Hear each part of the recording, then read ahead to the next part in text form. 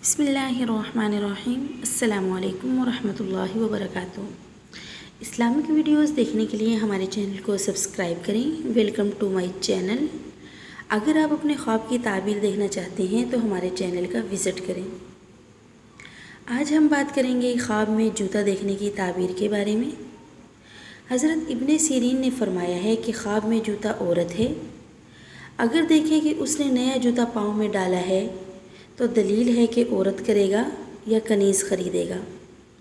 और अगर देखे कि दूसरे का जूता पाँव में डाला है तो दलील है कि बेवा औरत से शादी करेगा। और अगर जूता सियाह है तो दलील है कि औरत लड़ाकी होगी। और अगर जूता सुर्ख है तो औरत खुश और ऐश पसंद होगी। और अगर जूता जर्द है तो औरत बीमार होगी। और अगर सफ़ेद है तो औरत खूबसूरत होगी। हज़रत इब्राहीम करमानी रहमतुल्लाह अलैह ने फरमाया है, अगर गाय के चमड़े की जूती है तो दलील है कि असील औरत करेगा। और अगर बकरी के चमड़े की है तो दलील है कि अरबी औरत से शादी करेगा।